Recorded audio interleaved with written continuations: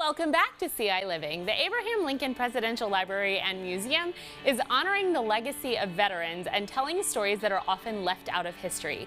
Here with more information on their latest restoration project is Executive Director Christina Shutt. Thank you so much for joining me. Thanks for having me today. All right, so today we are going to be restoring a document. So can you tell me a little bit about what the process is for the actual restoration, and then we're kind of going to do a replica? Yeah, so the process really is about helping to bring back a document that maybe had been put into lots of pieces. And so for us today, we have the some of the charters from the Grand Army of the Republic. So this was a veterans organization during the Civil War and after really the Civil War that formed as a way to kind of help these soldiers commemorate, but also deal with the aftermath of the Civil War. And so we have many of these charters in our collection, and they're in these pieces. So this is among what some of the worst ones looks like. And then you restore them to look like this. And then we restore them to look like this. So we bring those pieces back together so that way you can read the history and make it available to researchers. So it's a pretty cool process. And it's a very delicate process, right? I imagine this is very fragile paper to then sort of get it back into its original state. So what kind of tools do you need, and how does this process work? Yeah, so we use all sorts of tools like our stencil brush here. We've got some wheat starch paste, which, you know, is kind of interesting. You can actually make this yourself at home, but we've made some today. Okay. And so those are things, you might notice the stencil brush, but we also use things like an eraser, like if you've ever seen just a usual sort of white eraser. But the way we use it is we actually grind it up into this powder here. Into a powder so that it's kind of eraser powder. Yeah. Got it. And then this is starch paste, what is the starch paste made out of? So the starch paste is made out of wheat starch. So the same type of wheat starch that we think about in bread, right? The starchy pieces of it. We use that as a way to make the paste. The paste. All right. Let's do a mock restoration. I see you have some papers that are not in very good shape. Yes. So and we are going to put them back together like a puzzle. Absolutely. So we'll take it out of here real quick. So we've just got the back in here, and that just helps us. So you can kind of put it back together, the pieces. I see. So, wow, there's a lot of little pieces too. There are. So I imagine you have to kind of line up where the words would be to get that where it goes, and then sometimes our paper also has things like little pencil marks, maybe that were unintentional, that we don't want on our paper, or powder. So then we put some of the powder on the paper. Do that here.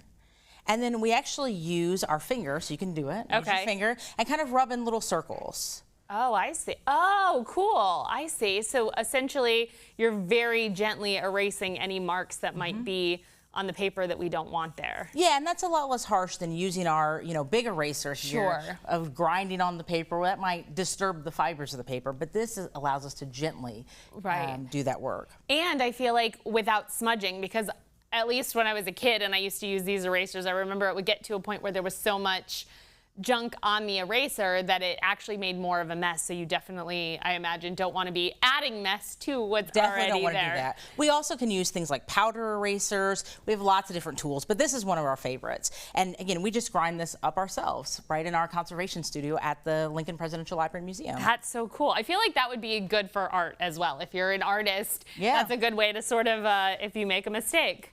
So now what? Absolutely. So we'll just use our brush and we can kind of brush it off. Off the side.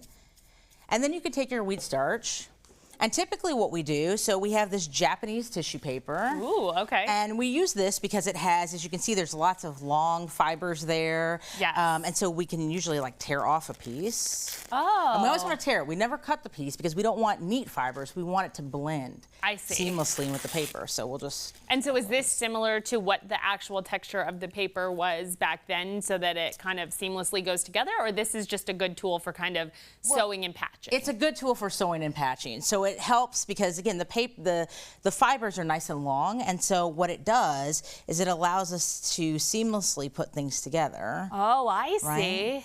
And so you can still read through it, but it's giving the paper additional strength. Got it. Okay, so do you glue that on there? And then we'd glue it on there. So typically we would use a spray bottle and we just lightly spray some water. So we'll just kind of sprinkle a little bit on there since it's... Sprinkle a little bit. Don't do the sprinkling at home, just spray.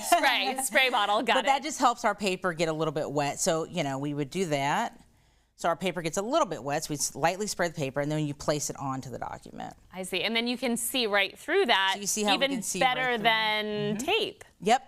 Wow, that's really cool. And then to adhere it, we're going to use our wheat starch. You can use the brush there. Okay. And lightly put the wheat starch on. So just kind of do the edge of the paper. Okay.